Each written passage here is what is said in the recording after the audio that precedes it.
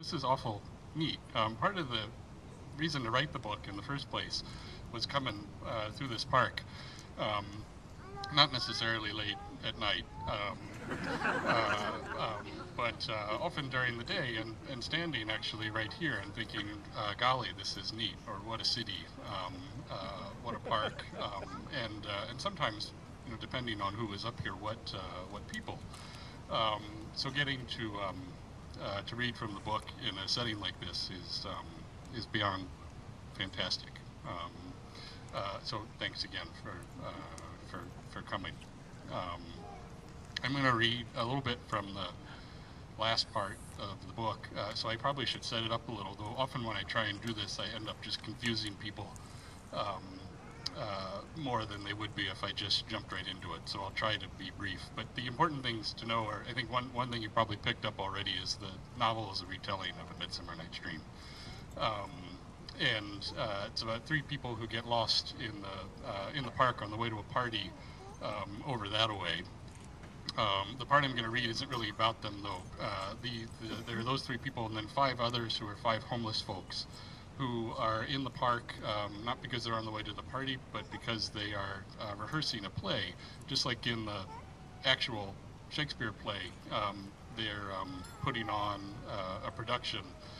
They're doing it because they think that the mayor of San Francisco is involved in a conspiracy where he's arranging to have homeless people taken off the street and then turned into food and then reprocessed as meals in homeless shelters. So they've got it in their head that if they get things right with a musical production of Soylent Green, they'll put this play on for the mayor and prick his conscience in just the right way and get him to abandon his evil ways. The other thing to know is that Puck in this story is not a very benevolent figure. He's a bit more powerful than in the play and a good bit more evil. He also tends to look to people like whatever they're most obsessed with or afraid of. So for these homeless folks, he looks like the mayor, and they've run into him once in the park already by the time this section starts, and think that they think that he is the mayor, and that he's coming back pretty soon, and so they need to get it together with the play before he comes back. Just need to take my paws off to turn the pages. And their names are Huff, Princess, Hog, Bob, and Mary. A one, said Huff, and a two, a tiny man dressed in a paper bag and a monocle, was still running to hit his mark. Don't make me count to a three. Rehearsals were underway, and though time was short, there had already been two false alarms about the mayor's return. The players were all industrious, and the addition of the mayor's ever more numerous defectors was a piece of edifying good fortune. They did whatever the lovely lady told them to, but Huff wondered whether the grand necessity of the project didn't also command their loyalty. It had seemed grander by the hour. The additional players made it possible to perform a much more complicated entertainment. Now there were more songs and more scenes and more things happening in every scene, and Huff felt like 100 little tentacles had erupted from his head, each one topped with an eyeball and equipped with a clever little satellite brain, because it felt like he was doing 100 different things at once, writing dialogue or lyrics or humming out a theme or choreographing a new step, and yet the whole time he was sure as well that he could never take his eyes off the lady. Princess had her high-lie baskets back, and the industrious defectors had copied a dozen more pairs and added to them hulking costumes of straw and grass to turn the largest among them into fair semblances of backhoes and bulldozers. Now they danced in blocky mechanical steps and leaps, squaring off in a musical confrontation that the fleshly were destined to lose. It was a sad scene in a sad play, but Huff explained carefully when the little man he called Mr. Peanut, because of his size and the brown color of his bag and his monocle, said he was accustomed to singing happy songs and didn't see why there couldn't be one or two in this production. Happy songs, Huff said, were not going to move the mare to vulnerable, regret-stricken tears. You may as well try to wring tears from a stone as from the beast, said Mr. Peanut. Faith, faith, Huff shouted at him. He shouted it a lot all through rehearsal, because impossible as their task seemed, he was feeling better and better about it and had confidence in the power of artfully executed musical theater to change a person's soul. 6 hours ago, before he had met his lovely lady friend, before the world and the musical had become peopled with strange creatures, little and big, before his crew had been gathered and become outfitted with a new enthusiasm, before things had suddenly started to fall into place, he had been more of a doubter. He hadn't liked to admit it, but he knew it was possible that they might be arrested, or killed, or turned into stew, before the first transfiguring bar was sung, and that the mare might be deaf to their effort and unchanged by it. They might all be wasting their time, just distracting themselves before they became burritos. But you might say that about anything, he said to the lady. You might say that about life in general, that we are all just distracting ourselves before we become burritos. I don't care for burritos, she said. The lady is Titanian. I don't like them either, Huff said. Those burritos of futility and despair. Though I've eaten them over and over, down to the last bean and stale tortilla nubbin, but people who believe that it's all for nothing deserve to have it all turn out for nothing. But it is all for nothing, my love, she said. We've already lost, and there's nothing left but this lovely delusion. I am reduced, and you are dead already. Enough of that talk, he said, and stopped her mouth with a kiss. They retreated behind a bush to make out more discreetly, though not for very long. The clock was ticking the seconds away to the mare's return, and there was barely time to properly rehearse, let alone make out, and yet it was necessary to explore the boundaries of her mouth with his tongue, since they might be in prison or worse when morning came. Come away, my love, she said, pulling at his belt and beckoning him behind deeper bushes. Duty calls, my lady, he said, and led her out to the next scene. Short on time but long on players, they were rehearsing multiple scenes at once. 5 cells scattered around the field, waiting for Huff to come inspect them or participate, since he had taken the part of Ty Thorne for himself. So when they walked a few yards down from where the scoops were dancing aggressively around the food rioters, he joined Princess, who put down her baskets and put a rose in her hair for their pas de deux around a corpse. Hogg, in a suit stained with bloody berry juice, "Excuse me, my lovely loon," he said to his lady, and Fancy stepped over to Princess. They joined hands over the body and released, each of them turning away and kicking a heel up backward just as they brought hand to mouth to bite the knuckle, and then they each threw up their hands at the sky and threw back their heads as they stepped lightly on the balls of their feet, circling the body and singing. There's been a murder here, a murder. Mr. Fancy Feast is dead. Murder most foul, murder most fancy. Who killed him? Was it you, or you, or you? Huff blinked at the sky open above the walls of fog and full of stars, and then brought his head forward to point with his eyes as well as his fingers. You, or you, or you, that was just a preliminary motion, meant to tenderize the listener a little before the sharper jabs came later. He and Princess pointed accusatory disco fingers, now at the crowd and now at each other, and Hogg rose up to join them for a dramatic 3-person tango, sternly and somewhat sexily charging them both to solve the mystery of his death. Before the day is gone, baby, before the play is done, honey, find the truth, find the truth. Then he lay down again on his back and put his arms and legs in the air and shook them vigorously before he let them drop with a thud. Don't shake like that, Huff said, you look like a bug. But turn your head to your side and make your eyes bug out, and put out your tongue a little more to the side, precisely. A lovely dance, my love, said the lady, such grace. How can it be tolerated, on the hill or under it? I dance in my head all the time, Huff said, when I'm trying to fall asleep, as a bit of flame or a tampon on the wind or a pony, and tonight it's as easy to do it as to dream it. Well, she said, They retreated to the bushes once again, to nibble each other's nipples for a while. His were brown and fat, but she praised them sincerely. "Such beautiful buttons, my love," she said. Hers were so perfectly formed and such a lovely shade of rose he could hardly believe his eyes when she parted her dress. He brought out a pen light to better to see them with, and stuck it under her breast, looking to see if they were real. "Do you wish for them to glow?" she asked. And then they both did, with a light that was so warm he could feel it on his face. "Forgive my doubting, lovely lady," he said. He put his face between them to make a joyful little speedboat sound.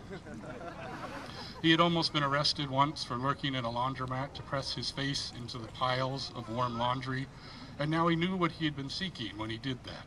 The ideal experience of which that, pleasant as it was only a degraded iteration.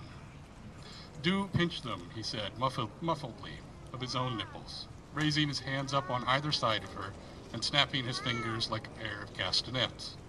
He looked up to see her smiling down benevolently on him. "Perfect," he said, because she was pinching just hard enough and no harder. And who can ever do that at first pinch? But even through the perfect pleasure, he heard strains of music and voices arguing.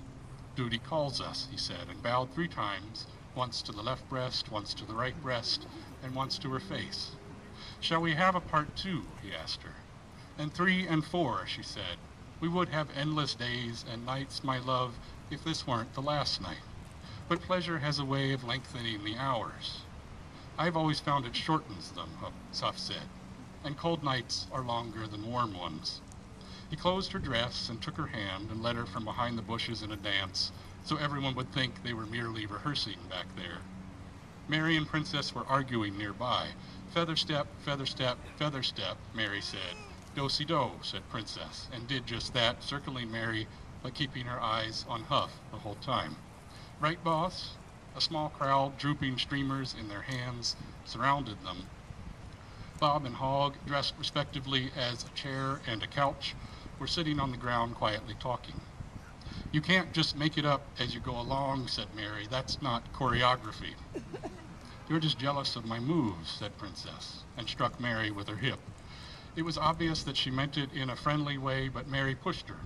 Huff sighed and thought of all the things he could say, that this dance was very important, that its intricate geometries were meant to hypnotize the mayor and make him more receptive to the subtle lessons that would come later in the play, that the delightful irony of furniture dancing with furniture would cause him to let down his guard, so the more serious ironies yet to come could strike home.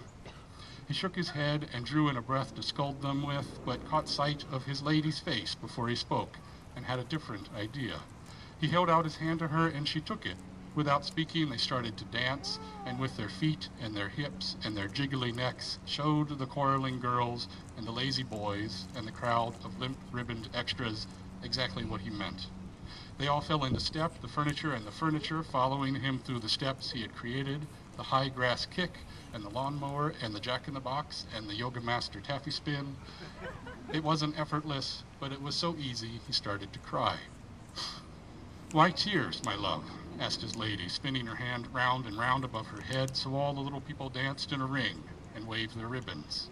"For happiness, of course," he said, which wasn't exactly why, so he tried to dance it out instead.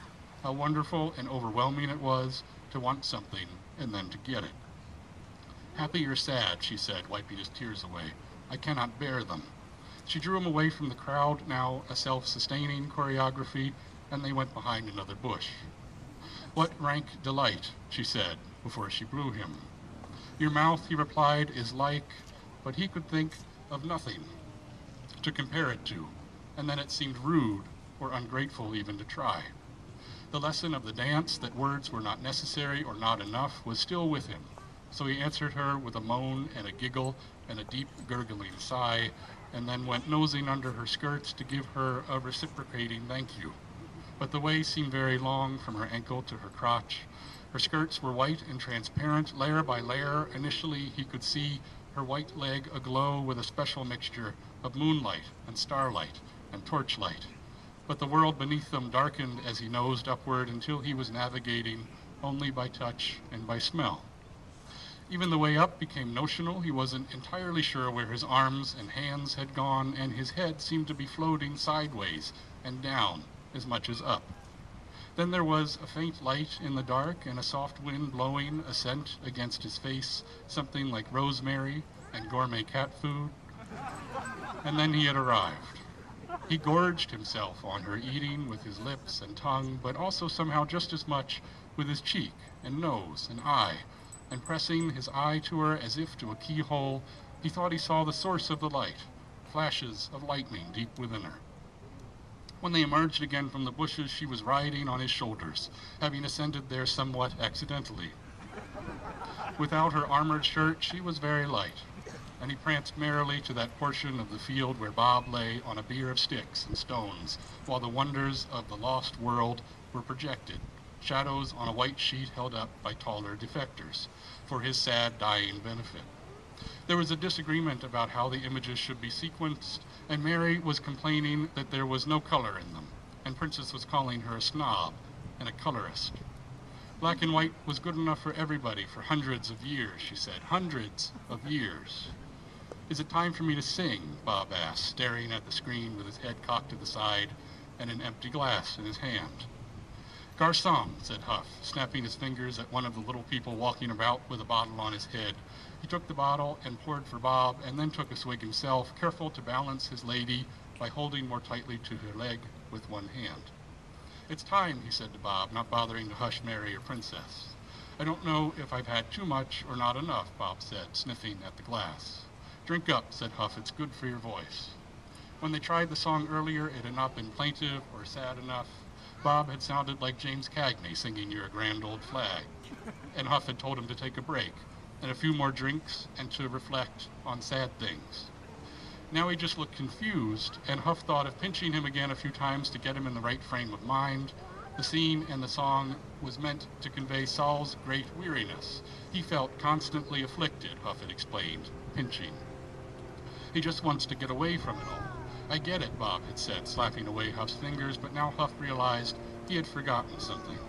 With his lady on his shoulders, it was almost as if he could borrow a little of her being to think with, and now it was stunningly obvious that Saul was as nostalgic as he was despairing, and believed death would somehow bring him back to the good old days. He wanted to explain that, but Bob was already singing. Take me home. He was warned about this.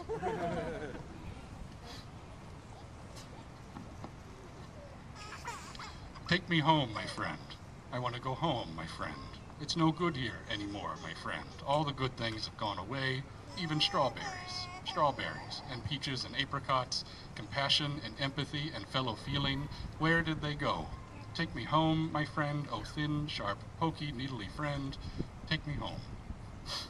Listening, Huff realized that he had understood the form but not the substance of Sal's nostalgia, and now here Bob was singing it back to him in explicit detail, while the shapes of sunflowers and peach trees and buffalo and tall stately giraffe stretched and leaped and pranced upon the sheet, first in stark black and white and then in shimmering color. They all started to sing along with Bob, even though it was supposed to be a solo number, and Huff swayed in time with the music, which came from everywhere and sounded very full, though the string section played on crickets' legs, and the horn section blew blades of grass between their thumbs, and the largest of the timpani was a paper cup. Huff swayed too far and unbalanced his lady, who fell to the right. She turned in midair and landed on her feet, but Huff fell on his side, transported by the images and the song.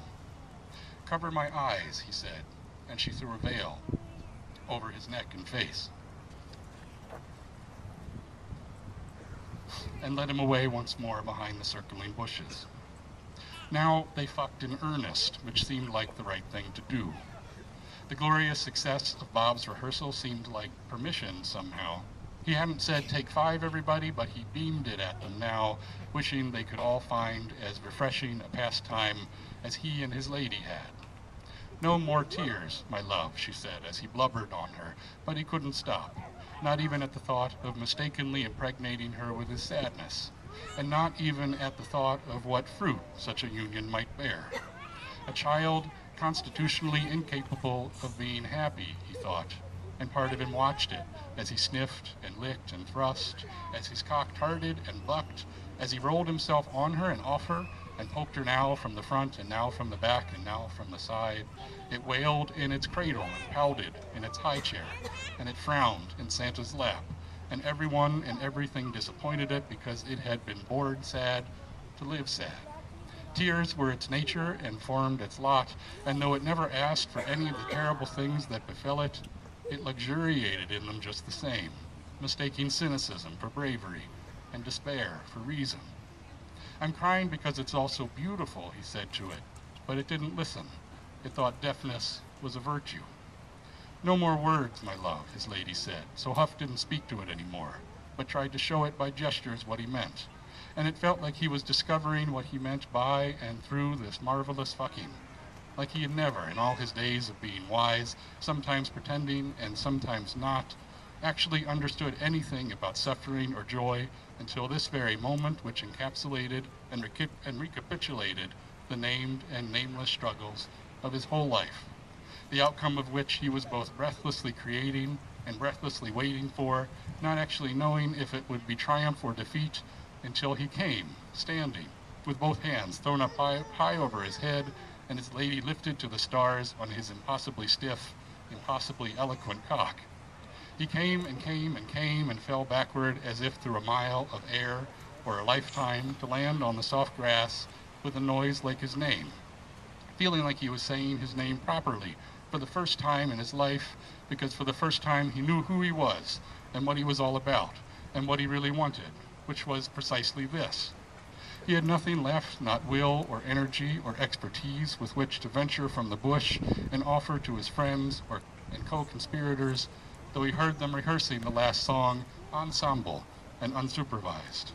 People, they sang, people who eat people are the loneliest people in the world. Bravo, he called out, the words muffled by his lady's breast. Bravo, everybody. Well done. Thanks a lot.